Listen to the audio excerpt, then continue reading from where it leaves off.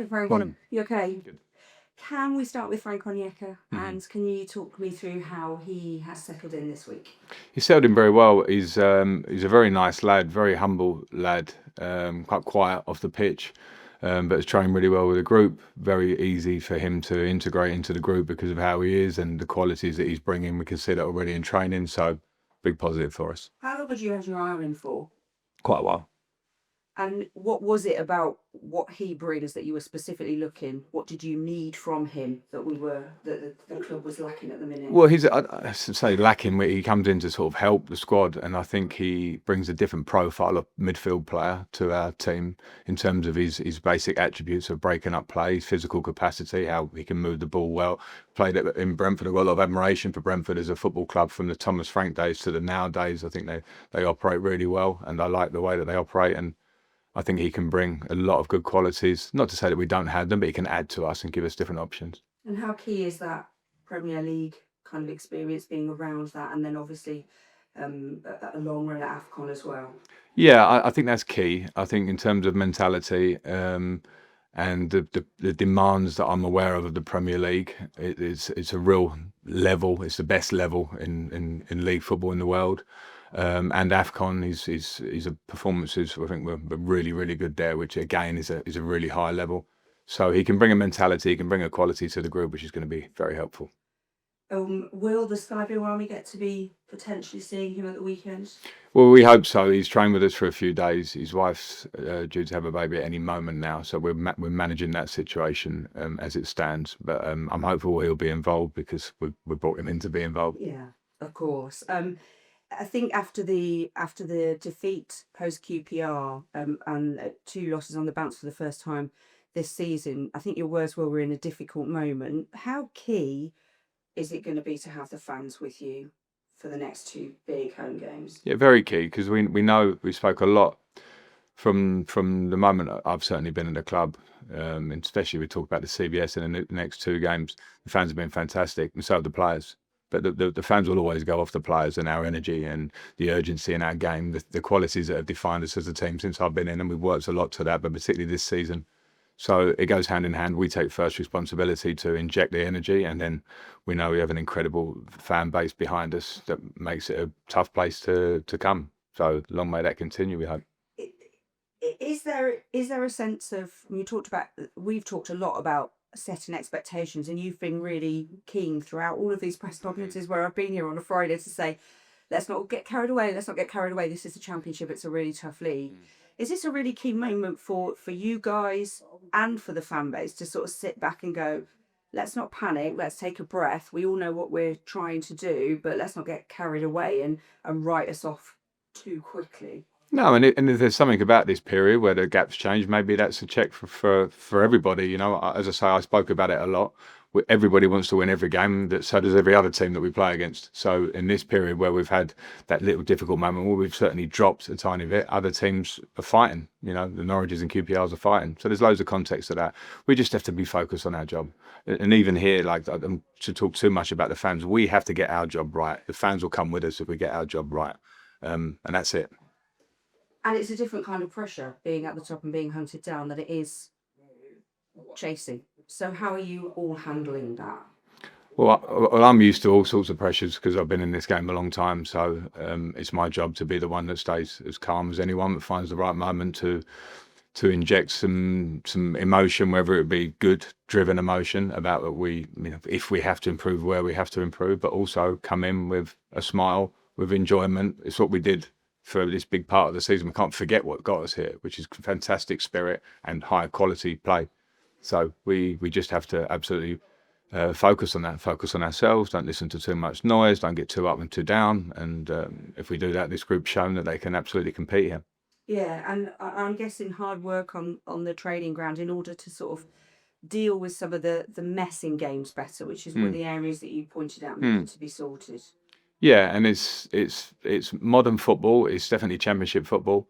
Parts of the game can be very structured at different times, but generally you'll find if you analyse a lot of goals and important moments in games, they do come from unstructured moments, and if we're not good in those moments, they can be really critical. So we have to be good.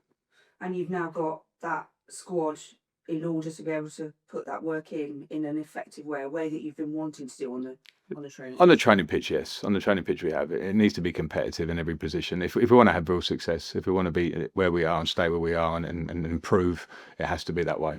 So the lads have done brilliantly to get to this point, because we've done it with a smaller squad, players, everyone trying to push and push and push. Did we hit a bit of fatigue? Yes. But now we start again. We have a competitive group. We have to work, and then we have to do our talking come game day. It's the big deal. It's a big deal. And next up is Oxford United, obviously at CBS. They've had a pretty difficult season, but history says that there's a potential for goals between these two teams, Coventry City versus Oxford United. They've also done really well against the parachute teams so far this season. They seem to be one of those clubs that is able to work their game for those difficult ones. What kind of challenge do you expect from them? A big challenge, because they've got a relatively new manager. We failed it early in the season against them. We were outstanding in the first half. They gave us problems in the second half. I know the pitch has changed slightly for them now. I've seen their games. They've played big teams recently, and the Leicesters and Sheffield Uniteds and Birmingham, all these games, and they make it very difficult for the opposition. And they have threats, particularly in counter-attack, particularly like transition moments, messy moments, set pieces. And so it's going to be like every game in this league. It'll be a big challenge for us. And is it even more of a challenge when you are up against somebody who's relatively new in the manager's role, in order in terms of preparing for the match and stuff and understanding exactly what's coming? It can be, but I think we have viewed their recent games that the manager's been in long enough, where you can see, I think, the setup and the tone of how he wants them to play, and they've had good moments, even in difficult results that they've had good moments. I've watched all their games, so we hopefully have an understanding of what they'll bring. But this is a championship. I thought we'd know how Blackburn would turn up at the CBS, and they completely changed the system and were quite high pressing when they hadn't been high pressing. So we have to be ready for every eventuality. Okay. Could you give us an update on FL Mason Clark? Yeah, we're going to see today how he is, whether he'll be available for tomorrow. But it's an injury under his foot, which is not a hugely significant injury. So we were concerned after QPR, but if he's not ready for tomorrow, we hope and believe he'll be ready for Middlesbrough.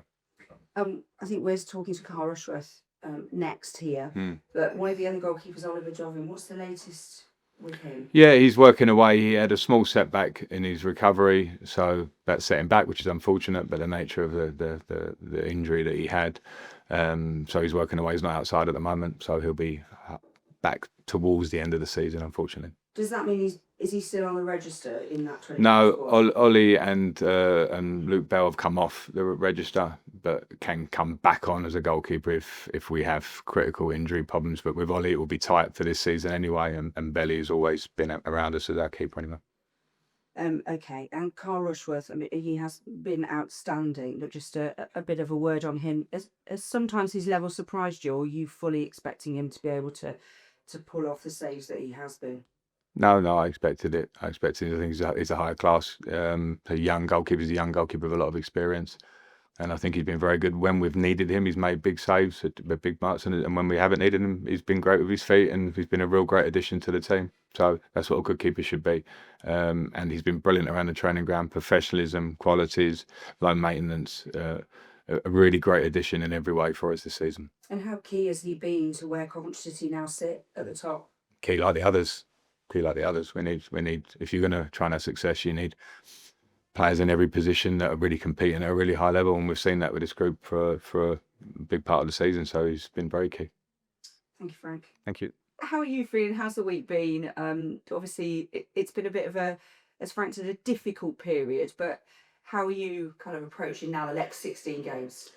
No, I feel so that nothing really changes in the sense of my mentality towards each game. We know how difficult this league is, and we know that we have to take each game as it comes.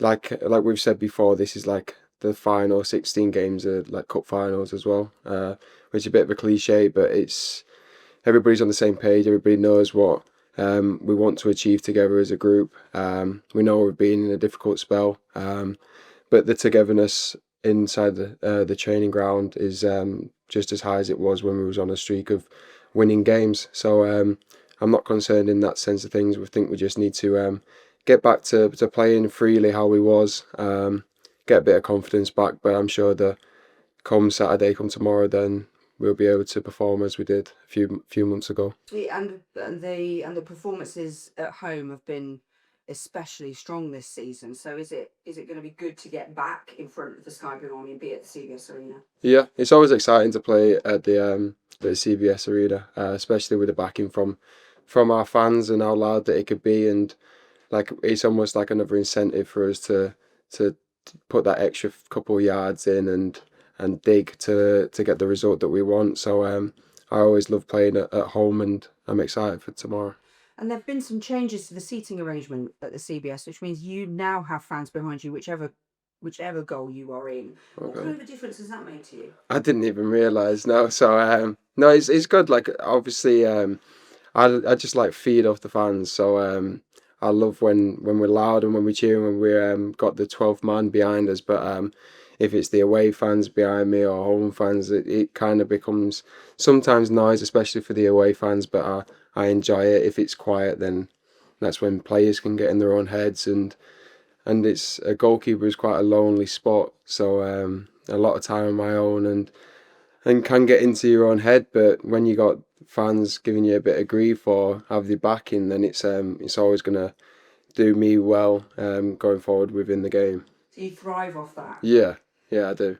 Bit weird, but yeah, I do. Well, no, I mean you're there as the goalkeeper. Aren't you? I think you got to be a little bit weird to be a goalkeeper as well. Well, that's why there's that goalkeepers union, isn't it? Yeah, I put suppose. this thing together.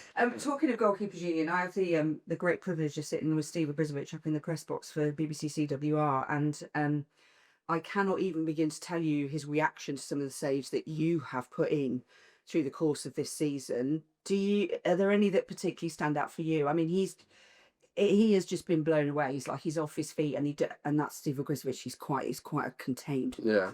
But he has been literally off his seat watching you in goal this season. Yeah, there's a few, but no, like I've said it many times that I'd rather have nothing to do in the game, like I did for large spells of this season with how well we've been playing, and get the results and get the clean sheets. Like would be my ideal performance of me still having a clean kit and then we're getting the 3 points and a clean sheet. So I'll always help out the back four and the team whenever I can, because I know that they'll do the same for me. And I think that that's when we built the relationships as we have done off the pitch throughout the season, that when I ask them to do something, they know that they can put that extra yard in and do it for me, because I'll do the same for them. We've got each other's backs, and yeah, to go back to your question, I don't really know which one's my favourite. There's a few to pick from, but no, I'd rather just not make any saves. Yeah, and I guess it's been no clean sheet in 8, which is something which you notice because of the defensive performance of Coventry City earlier on in the season. How key is it for you guys to then be working to ensure that you're getting back to that? Does it play on your mind at times? Not really. I think that we can't dwell on those kind of things. I think that when we look at the position that we're in, we're at top of the league. We've had 9 clean sheets, and then we're going through a tough spell. Like, we've put ourselves in a really good position to say that we're in our tough spell and we're still top of the league, and we're still really high up with the clean sheets as well. So to get that form back will help us massively, and to know that we've only got 16 games left, it's something where if we go on another run, which we're hoping to do, then we can finish the season really strong. There are only 16 games left. You've had a phenomenal run here on loan at Coventry City. Has it been what you expected it to be? How has reality met expectation for you? It's been better than I expected. I think I know, not saying that I was expecting anything less, but when I know that the people that I'm going to be coming into with the gaffer and with Grimesy, as I know, and he's just bigging up the group, saying how well that he thinks that we're going to do this season.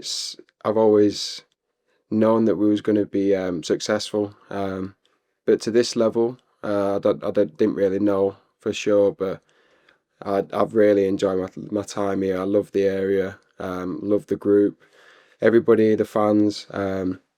So yeah, hopefully we can finish the season really strong and make a bit of history as well.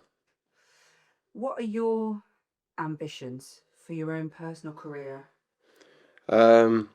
always wanted to play in the Premier League, have a established career in the Premier League as well, and then playing for England has always been the cherry on top, really. So yeah, but for sure it would be to have a full career in the Premier League. Mm. I guess I'm going to have to ask you, potentially would that be with Coventry City if the option came around? If the option was there, then 100%, I'd love to. Like I said, I love everything about the club, how it's run, down to the people, the background staff, everything, area. So if it's an opportunity, if we do make that little bit of history and we're in the Premier League next season, then I'd love to. And I know you say that you'd rather not be making any of those goals, but some of those, any of those saves, but some of those saves have been outstanding. So you're hoping that they are catching the eye of the England team. Yeah, I don't mind a little bit of like a highlight reel, but yeah, like obviously when I've got like the backing of the gaffer and the people that I've got in my corner, then I know that if I just keep the blinkers on, keep doing my own stuff, take each game as they come, then there's noise on the outside, then there's noise and the people will deal with it. But it's always nice to know that there's positive conversations going on about you. Absolutely. And just a quick word for Ben Wilson, who is a big favourite amongst the club, obviously. What's he like to be working with? Unbelievable. Great character. Everybody in the changing room. He involves everybody from the new lads that have been in for 2 days, gets them involved straight away. Really good athlete as well, in the sense of he pushes his body, pushes himself every single day, whether that's in the gym, out on the pitch, which and then means that he's pushing me and I'm pushing him. So he's the perfect teammate to have, in the sense of, as a whole, everything from the character, as I said, to then demanding from each other off the pitch.